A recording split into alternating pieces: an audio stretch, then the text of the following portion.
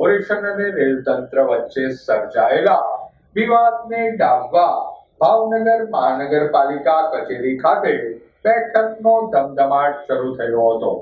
દાદાનગર વિસ્તારમાં રોડ મુદ્દે મહાપાલિકા અને રેલ તંત્ર વચ્ચે વિવાદ સર્જાયો હતો.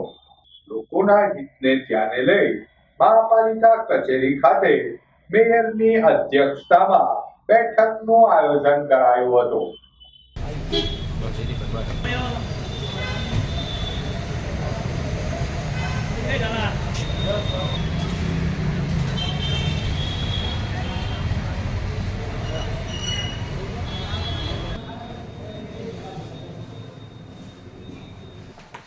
બેઠકમાં જિલ્લા collector R K. Mehta, commissioner N V. Upadhyay, DRM Ravishkumar સહિતના અધિકારીઓ અને મહાનગરપાલિકાના પદાધિકારીઓ ખાસ ઉપસ્થિત રહ્યા હતા.